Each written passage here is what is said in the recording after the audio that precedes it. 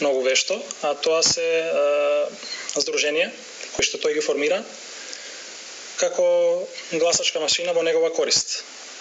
Тие здруженија, значи председателите на тие здруженија добиваат паричен надомест од Кошаркарска федерација. Значи последично се врзани со федерацијата, односно на некој начин под притисок да гласаат за досегашниот председател.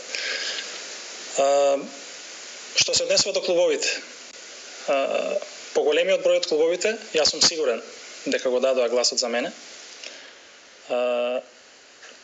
Тоа што Петар Наумовски во последните 2 години 2 пати беше свикан на вонредно собрание каде што се бараше негова смена, само покажува дека клубовите не се задоволни со неговата работа.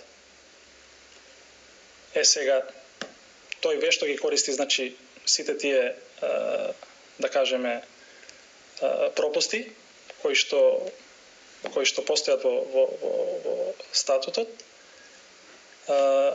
едноставно и на своја рака, како што видовме денеска, каде што со една своја идеја, каде што ја немаме сретнато никаде, да му се даде рок од 2 години, каде што тој нема да биде пак повикан на вонредно собрание за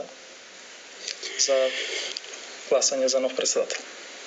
Јас ви благодарам за вашето гостување. Тоа беше Владо Илиевски, поранешен репрезентативец, кандидат за претседател на Македонската кошаркарска федерација. Зборувавме за денешното гласање за доверба на претседателот Петар Наумовски и за потенцијалните нелегитимни точки во денешното гласање.